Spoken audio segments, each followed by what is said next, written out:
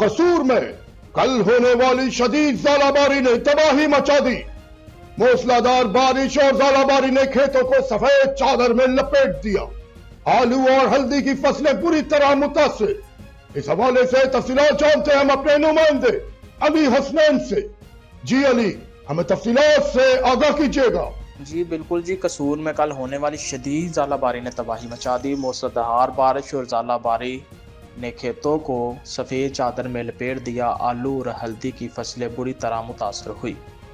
काश्तकारों के मुताबिक कई एकड़ रकबे पर तैयार फसलें मुकम्मल तौर पर तबाह हो गई, जबकि किसानों को भारी माली नुकसान का सामना।